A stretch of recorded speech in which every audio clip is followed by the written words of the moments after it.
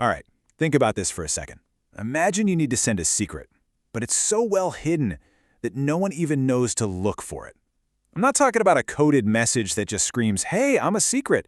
No, I mean a message that's completely, totally invisible. Well, today, we're going to pull back the curtain on exactly that art, steganography.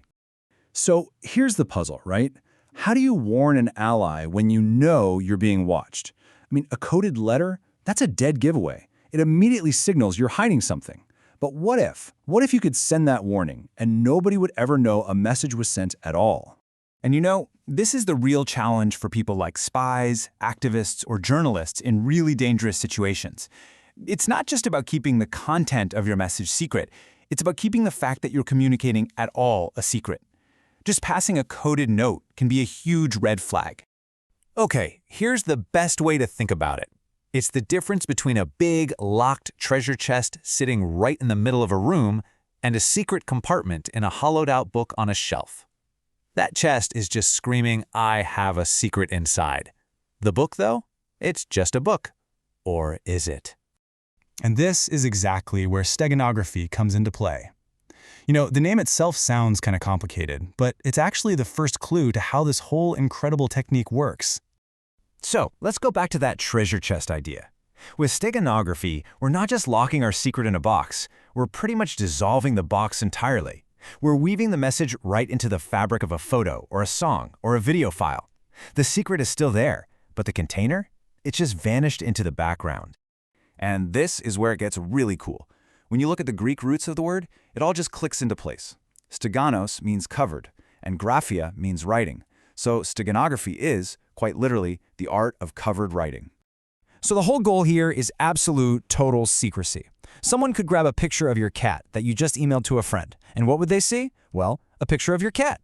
They'd have absolutely no idea that hidden inside those pixels are the blueprints for a new invention, or, the coordinates for a secret meeting. Okay, I know what you're thinking. Isn't this just a fancy word for cryptography or like encryption? And that is an excellent question, but the answer is a definite no. They are two totally different tools for security, and that difference is absolutely crucial. So here's the best way to break it down. Cryptography is like writing a diary in a super complex code that only you understand. The diary itself is right there for anyone to see, but nobody can actually read it. Steganography, on the other hand, is like writing that same diary in invisible ink. To anyone else looking, the pages just look blank. So we've got scrambling on one side and hiding on the other. They're different, right? But what happens when you put them together? Well, that's when you unlock a seriously powerful level of security. Let's go back to our book and box. It's like taking your secret message, locking it in a totally unbreakable box, and then hiding that box inside a hollowed-out book on a shelf in a massive library. So even if an enemy somehow finds that one special book and discovers the box, they still have to figure out how to open it. It's double trouble for them. But how do you actually make digital information just invisible? I mean, it's not magic, right? It's a science, and it's built on a few core principles. For a secret to really disappear, it's got to follow some very specific rules. All right, let's break these down. First up, imperceptibility. The change has to be totally unnoticeable. Think of it like putting a single drop of clear dye into an Olympic swimming pool. Yeah, the water is technically different, but there's no way your eyes are going to see it. Next, you've got capacity. This is all about how much you can hide. Are we talking about a single password, or can we hide an entire novel in there? Then there's robustness. This one's about durability. What if you resize the image or compress the audio file? Does your secret message survive? And finally, security. Let's say someone suspects a message is there. Can they actually get it out? Or is it locked down, only accessible to the person it was meant for?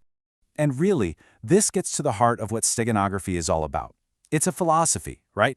It says that the best security isn't a stronger lock, it's a perfectly hidden door. It's not just about making your secrets unbreakable, it's about making them completely and utterly undetectable.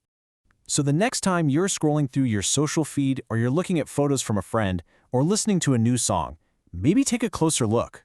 In a world that's just drowning in digital files, you kind of have to wonder, what secrets might be passing right in front of our eyes, hidden completely in plain sight? What do you think is out there?